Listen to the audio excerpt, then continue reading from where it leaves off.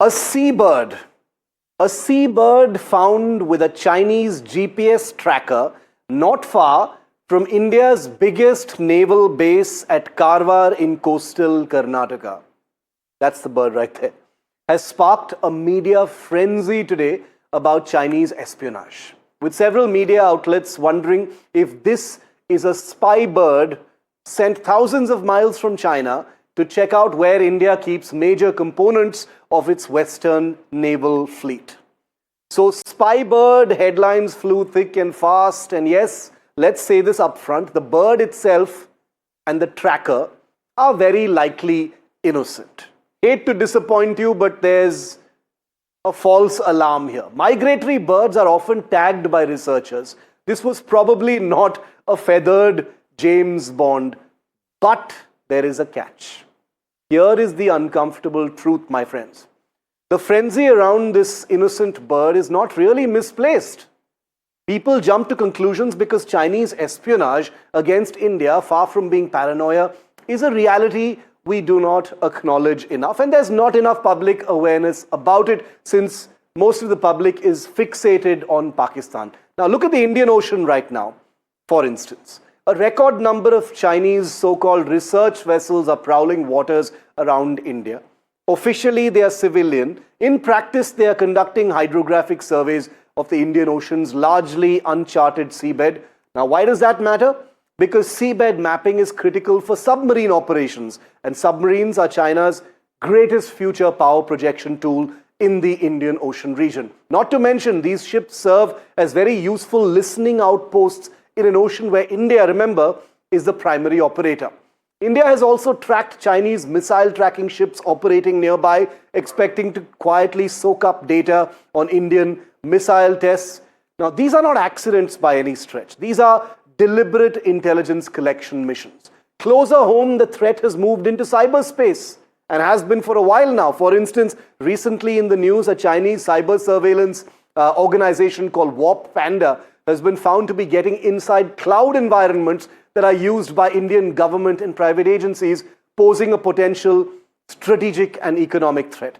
Add to this Chinese surveillance satellites, aggressive electronic intelligence collection, persistent cyber operations, and a clear pattern emerges. So yes, the seabird that made all the headlines and attracted all the reels and views across platforms near Karwar may well be a false alarm. The bird may be innocent, but the alarm itself is very real. It should serve as a wake-up call that surveillance and espionage against India are constant, sophisticated, and evolving. Sometimes the threat wears steel hulls and server code. Sometimes it looks like a harmless bird that at the very least triggers our right instincts about surveillance. And that is precisely why India cannot afford complacency.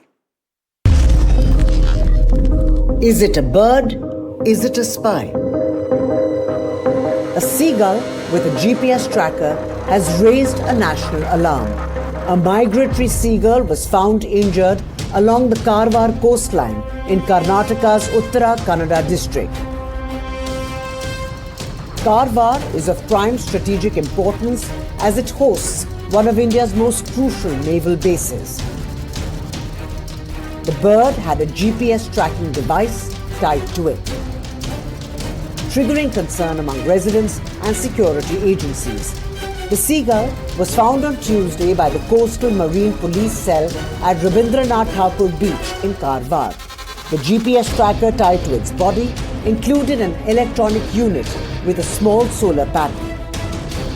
Officials also found an email address attached to the tracker, along with a message requesting that anyone who finds the bird contact the provided ID. Police said the email address is linked to the Chinese Academy of Sciences, which describes itself as a research center for eco-environmental sciences. Was the bird on a Chinese spy mission over India's naval base, or was it just part of a scientific research project to study migratory patterns? Authorities are trying to contact the mentioned email ID to seek clarification. An NDTV Bureau report. So like I said, that bird may be innocent. It was a bit of a false alarm. The media got very excited, wondering if it was a spy bird sent all the way from China. But the issue of Chinese surveillance is very, very real. I want to show you a map of the Indian Ocean. You just saw it in my story right there, but I want to call attention to it. This map's, I've borrowed all these details from Damien Simon, who's one of the finest imagery analysts out there. And there are at least 5 research vessels from China operating right now in the Indian Ocean region. Let's just show our viewers all of them. The Lanhai 201 is the 5th one that's just come in. The Dayang Yi Ahau, all operating very close to the Andamans, near Sri Lanka and the Arabian Sea. Now, there's nothing openly wrong about this. These are international waters. These are very busy sea lanes of trade and communication. But there is, of course, a lot of surveillance also going on. That is the Indian system's understanding of where things are at. So here we have a day when a seabird with a Chinese GPS chip caused a bit of local panic and some alarm over Chinese surveillance. Turned out to be a bit of a false alarm, but it's made everyone sit up and talk about the threat of Chinese surveillance in this country. Joining us live now, Commodore Ranjit B. Rai,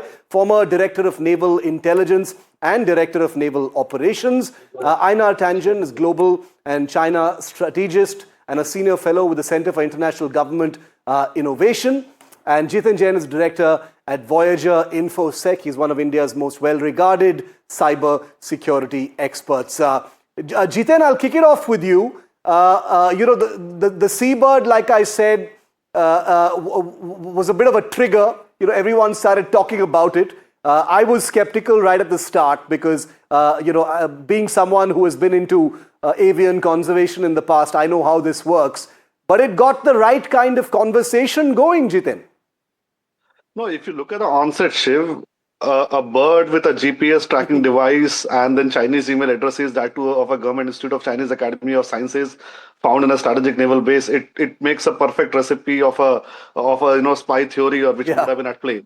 But if you carefully look at the evidence, if somebody has intentionally put out the email ID of a government research institute, put a tag, then usually it is a routine practice to study the migratory patterns, feeding stopovers, and the migratory route of birds. So I don't think that we need to get much more into it. If there was any conspiracy or if there was any spying angle, this email ID would not have been there on the nameplate itself. You would have seen more like these Pakistani pigeons which cross over with some hidden messages and trained pigeons. Yeah. So this is certainly not that. This is largely to see the migratory patterns of birds. However, I think since China is involved, we have had incidents of Chinese espionage going on in cyberspace. We have seen hydroponic surveys been carried out to map our submarine seabeds. It's good to be cautious. It's good to be alarmed. It's good to have these conversations. But let me tell you, Shiv, a bird fitted with a GPS tracker might look completely harmless, look like a completely, data collection exercise for a, migration route study. But if you were to see in the future, there are many countries and where China is leading, there are these bio-inspired drones where dead birds are fitted with motors and the tracking devices. So suppose if there was, 5 years from now, if China was to send a bio-inspired drone with dead bird with motors and everything with surveillance equipment, first thing you would need is to mix in the crowd. You would need to mix that bird in the routine, the route these birds follow, and then carry out surveillance. You can't just have a random bird flying with a drone. So I think it is very, very important to get to the bottom of it, not get alarmed, not get into any conspiracy theories, but it is very, very important to study the entire GPS data, see how long the data has been collected, and I'm told that it has gone for I think around 10,000 kilometers right from Antarctic. So it would have definitely flown for months and months. So it is very important to know when the data collection started, what was the initial point of collection, and then probably is this the only incident? So, it is very important to keep the track of data because it is not a threat today, but there's no question. Forensically and otherwise, it needs to be gone into in very great detail. No chances can be taken with something like this. As long as it is a bird, it is harmless. Right, absolutely. Mr. Tangen, your view on this, are you surprised that this seemingly innocent seabird with a GPS tracker that's been traced back to China has created something of a flutter here? Given how things are between the two countries? How do you see this? Well, the hysteria reflects the fact that there's very little trust between China and India, and that's a shame. Right now, we were talking before about Bangladesh, Nepal, places like this. It was the United States, actually, that was involved in all of those regime change operations. They're also involved, interfering in Indian elections. They've made false claims about the peace process between India and Pakistan. In addition to that, there's been the economic warfare of 50%. The U.S., 98% of all of the internet traffic goes through a stone's throw in West Virginia from the CIA headquarters.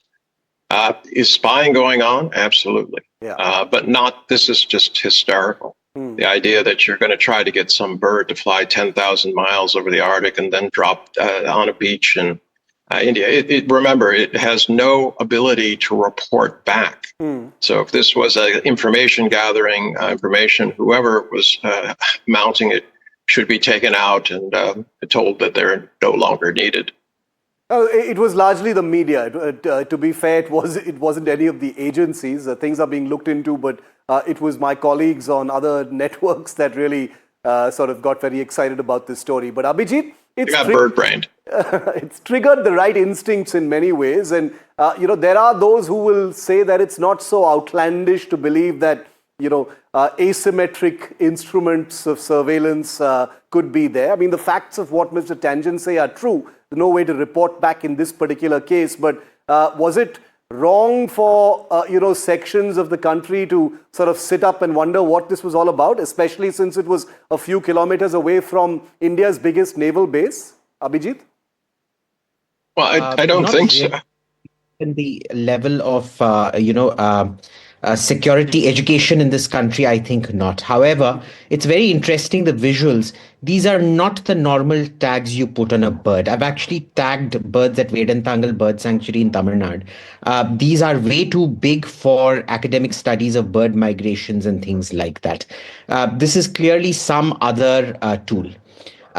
Is it China? Well, we don't know. The point is the Chinese do very strange things which we never understand. We still, after 70 years of being, their neighbor, still don't get some of their foreign policy calculus and their actions. If you remember America last year or earlier this year, I forget when, there was a scare about all these balloons coming across the Pacific Ocean and flying all over America and things like that.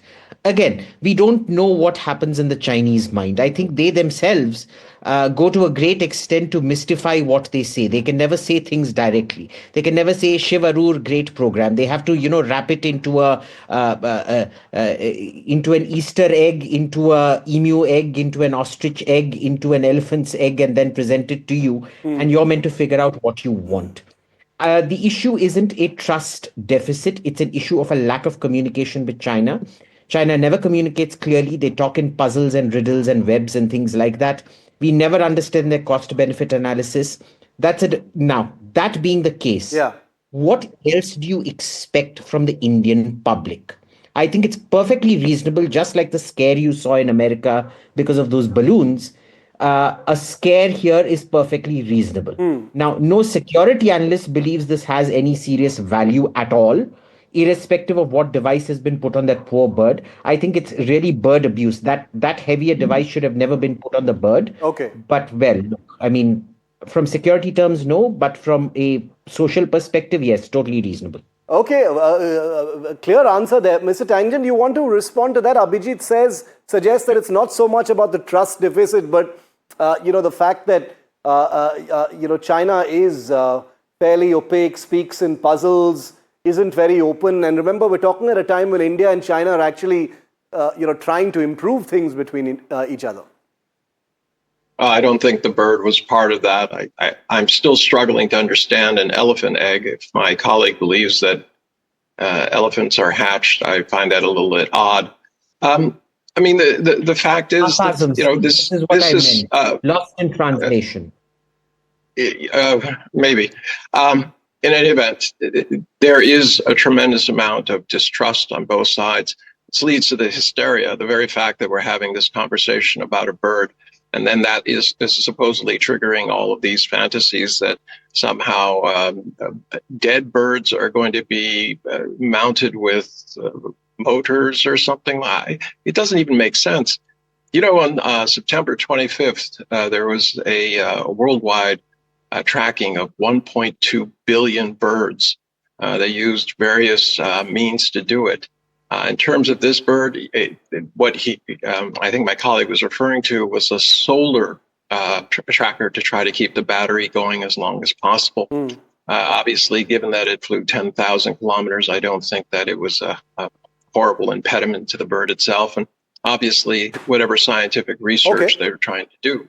But let me answer the last question. This idea that somehow China is opaque and doesn't speak properly. This goes to a cultural mismatch between India and China. I mean, what you're saying about China is exactly what China says about India.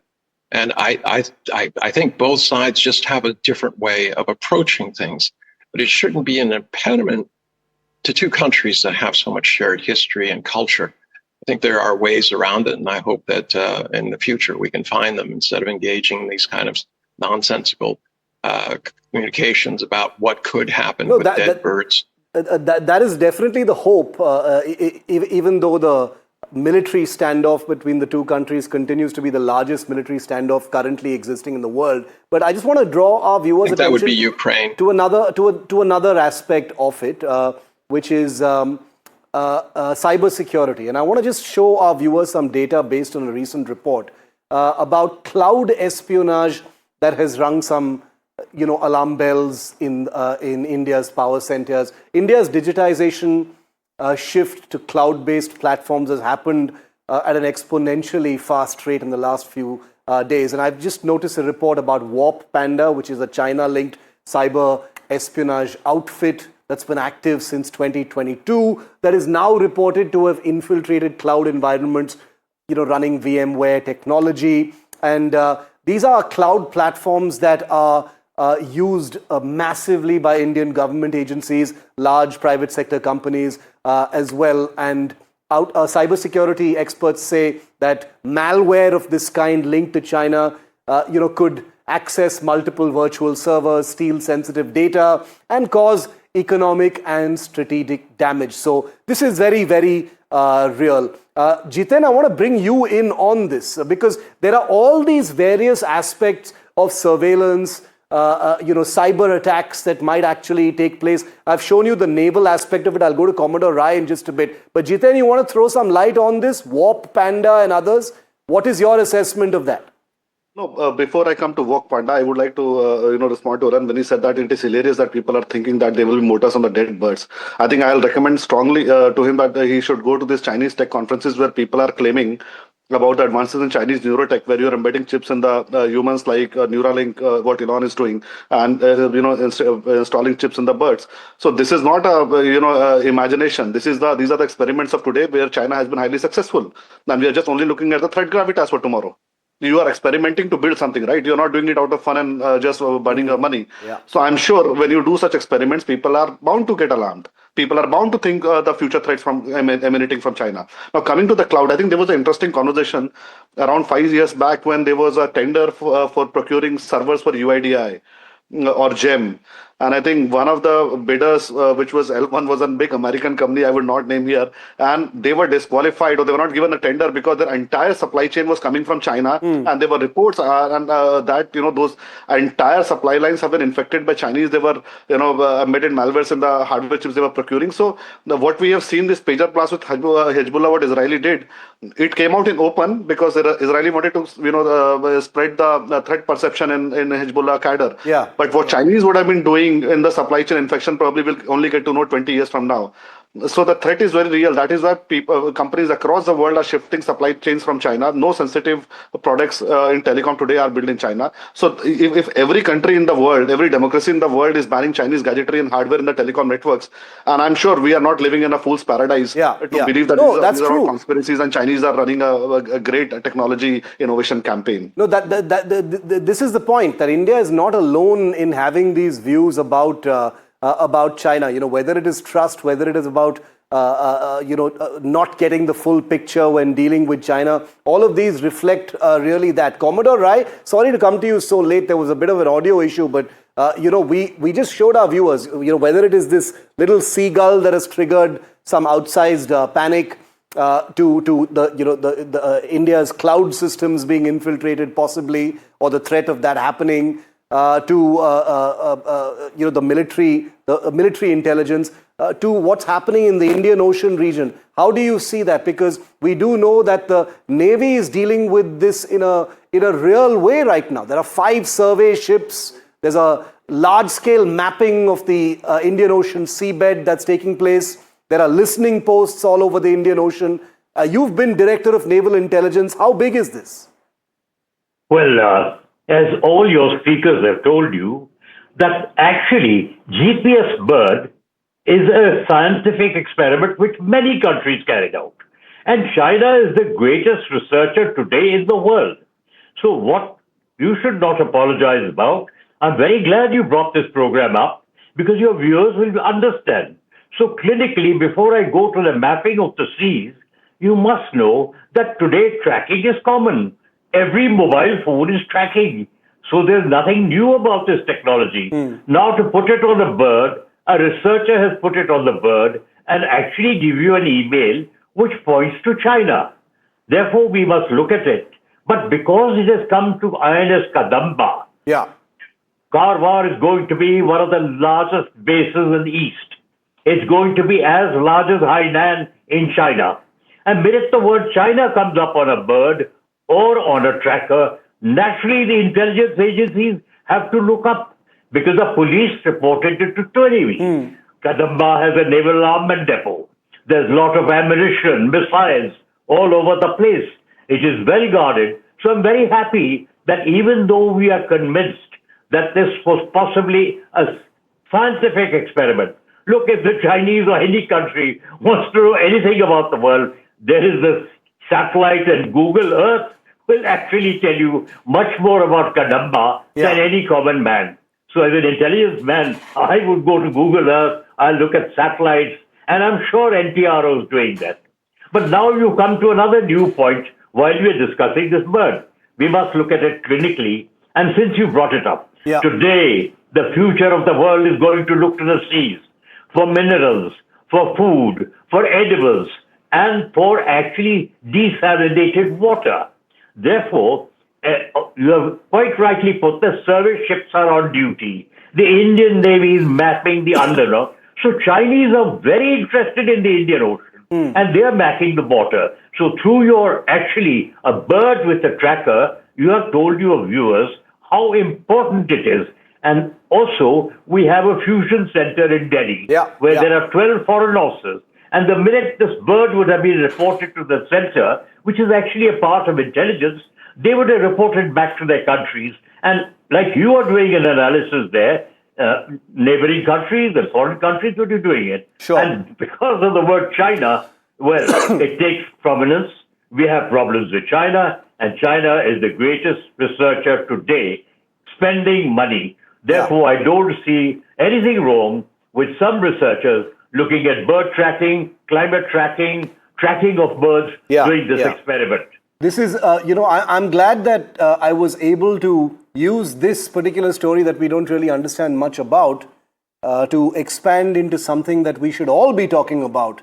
And I thank Abhijit, Mr. Tanjan, and Commodore Rai for being with me tonight on India Matters. This was useful. I hope our viewers find this useful as well. We talk a lot about Pakistan. We don't talk enough about Chinese surveillance. It's something that you should be aware about. China is a powerful country. They dominate in many ways in the hardware and software space. The devices that you use could very well be made in China. Many of the apps you use are Chinese in origin, even though we've banned many of them. So it's something to keep on your mind as you look at this little bird. And we, of course, wish that this little bird is taken care of and is healthy very, very soon.